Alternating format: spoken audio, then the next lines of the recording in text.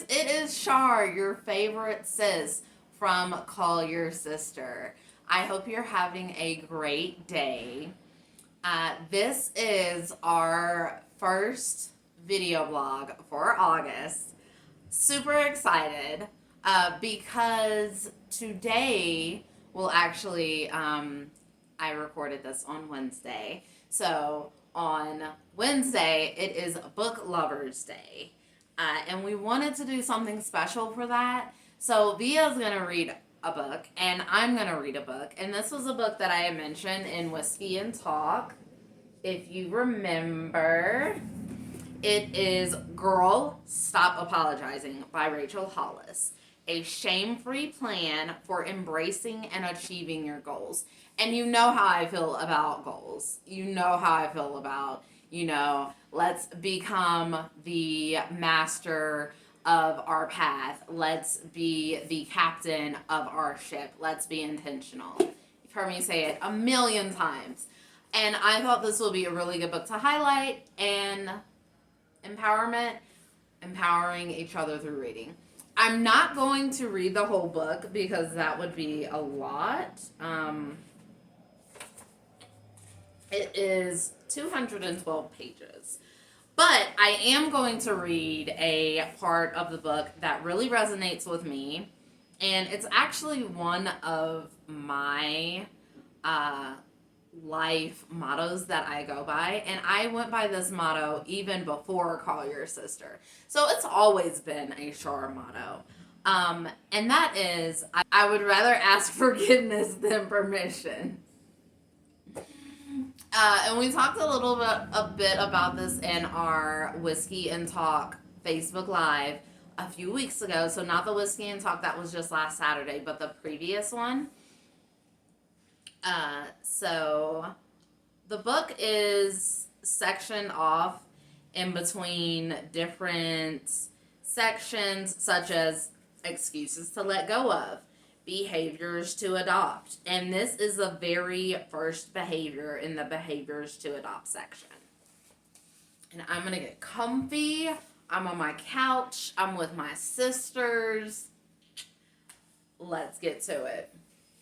Okay, behavior 1. Stop asking permission. Okay, sisters, I know not everyone is comfortable with the word feminist. As I mentioned earlier, feminist simply means you believe men and women should have equal rights, but I understand there's a world of other meanings wrapped up in that word for many women, and I'm not trying to convince you otherwise. I only bring it up now because this chapter is going to feel like the most feminist words you've ever heard. And if that's not your cup of tea, your inclination is going to be to skip this chapter.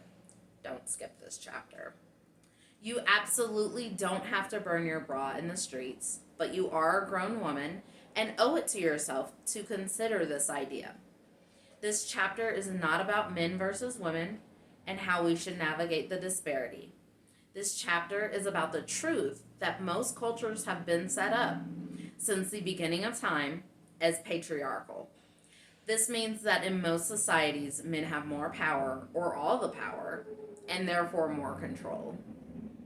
It doesn't matter whether you believe this is good or bad, natural or misguided, girl, you do you. But for the purpose of this book in chasing down your goals, it matters that you at least consider how this kind of structure might affect your belief in yourself.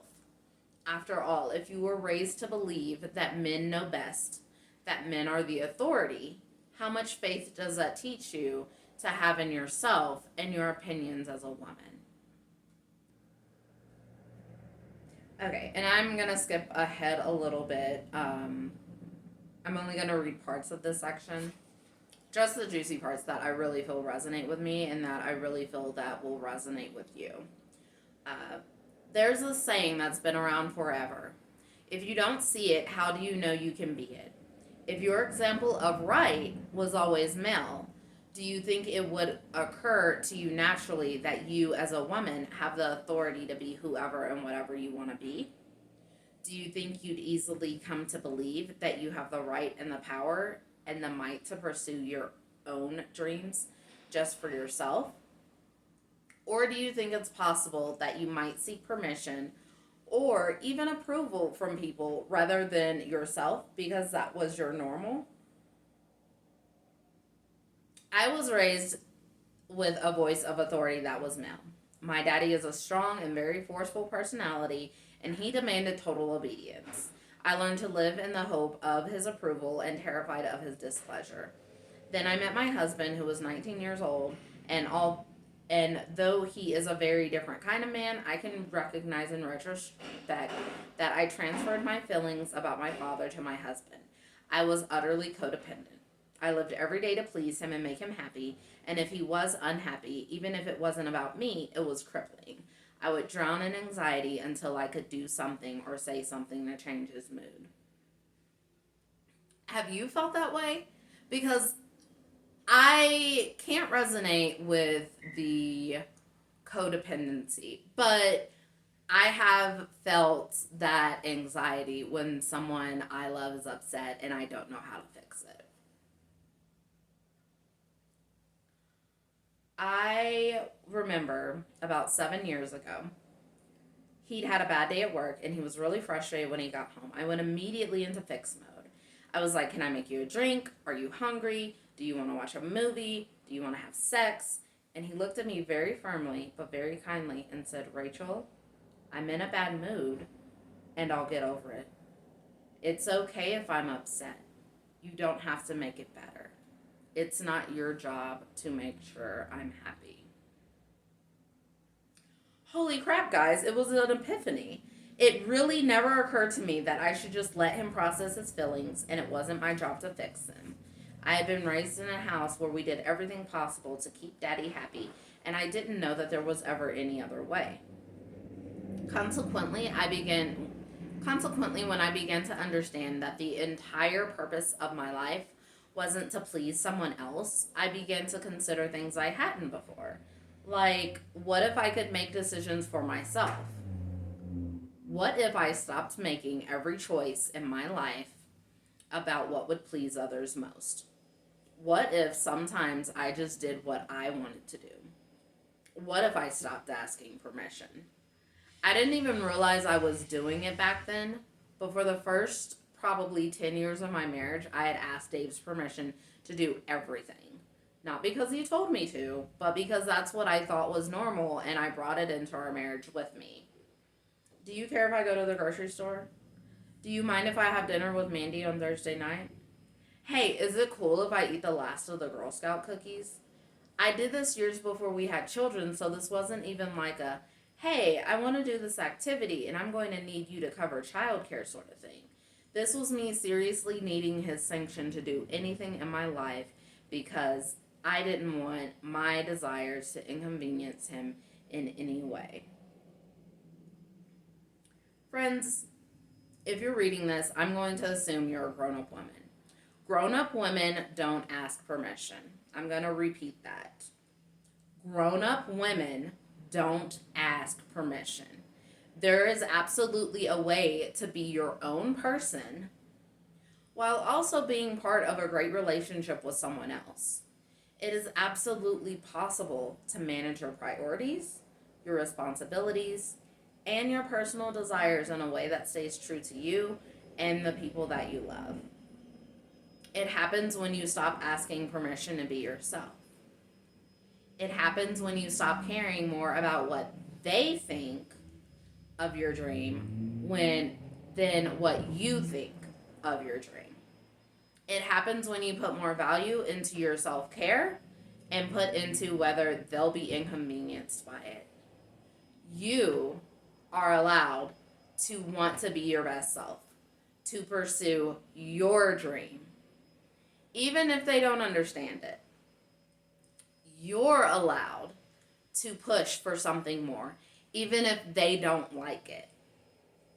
You're allowed to take time away from your kids, even if it's an inconvenience to the person who has to watch them. You're allowed to do something, even if it makes your partner uncomfortable. You're allowed to tell people who you are and what you need instead of first asking if they're okay with it.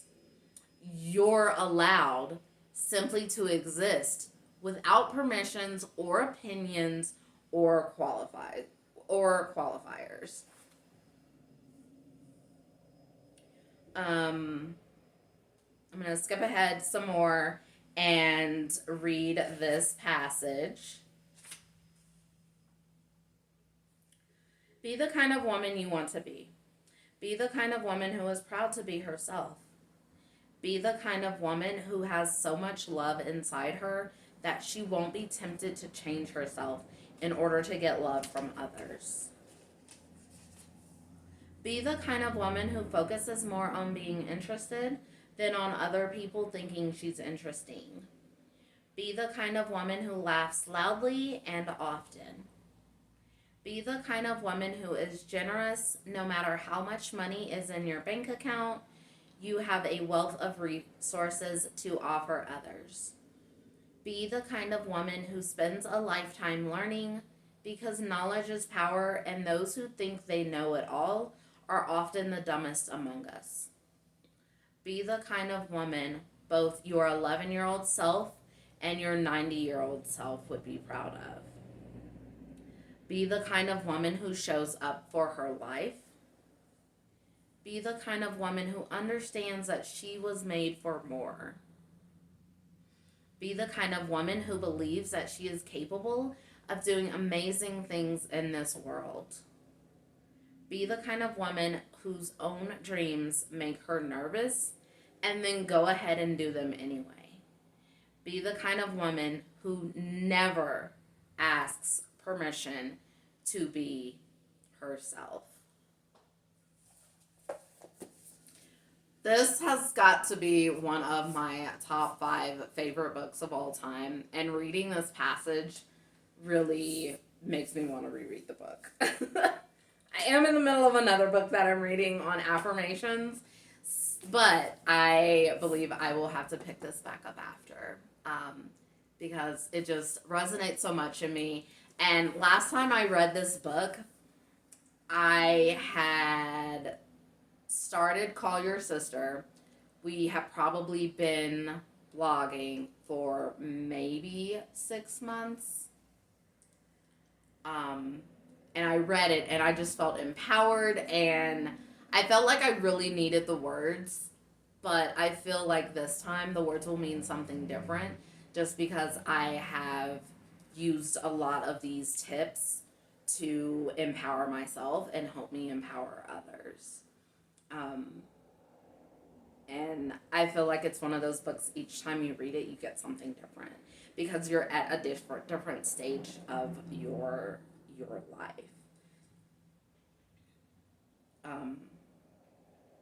I've had people tell me that they don't believe in my mission, that it's never going to work out, that I am wasting my time, but those are their opinions, and they are entitled to their opinion.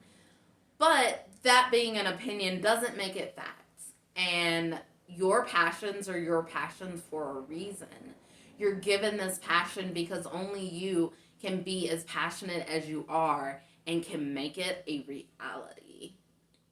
And I want you to remember that whenever you try to share your passion with others, and it's going to resonate with people, but also it's going to not resonate with people. And that's okay, because we can't all have the same dream. I hope you are carving some space for Book Lovers Day, even if it's just reading an article and not a full book. But I do greatly encourage you to pick up a book. Rachel Hollis, Girl, Stop Apologizing. I will post the link to buy this. I highly, highly recommend the audiobook because you just get so much more out of it. There's a meditation at the end of the audiobook, and it really helped me to let go of some things that were holding me back. Thank you, sis, for being here for Book Lovers Day. I love all of you exponentially. And remember, you can always call your sister. Don't turn this video off. Via is coming up with her book that she's gonna share with everyone. Laters. Hello, my sisters. This is your sister Via, and we're going to get literally literary. Tonight, I'm going to read a bedtime story. Reading is so important, and it's always been a big part of my life. And I always enjoy reading bedtime stories to my children when they were growing up.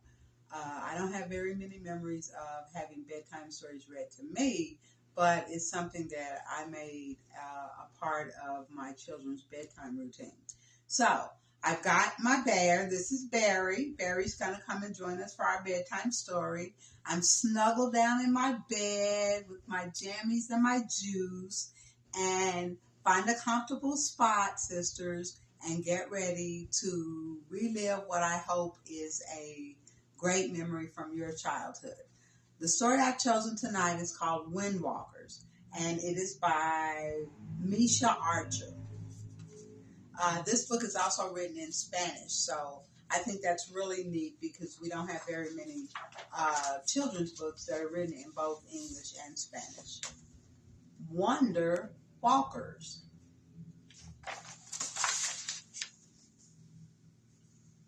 Wonder Walk? Sure.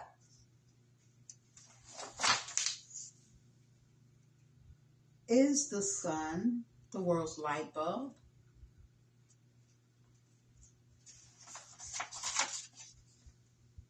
Is the fog the river's blanket?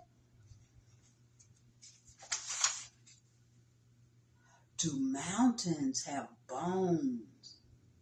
Are forests the mountain's fur?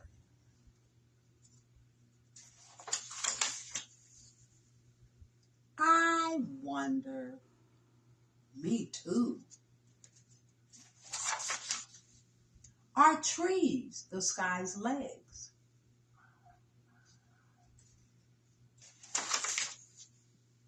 Are branches the tree's arms? Is dirt the world's skin? Are roots the plant's toes?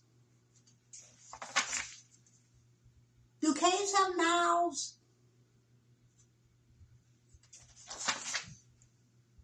Are shells the shore's necklace? Is the ocean the world's bath? Are rivers the earth's veins?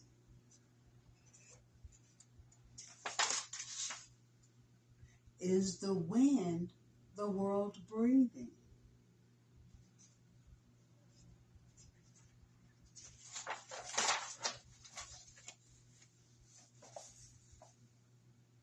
Is rain the day's tears?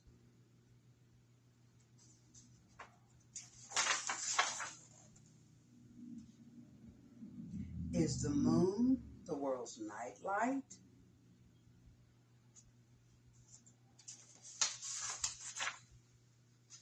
I wonder. Me too. I hope you enjoyed Wonder Walkers. I hope you enjoyed the bedtime story, and I hope you have a really sweet and peaceful sleep tonight.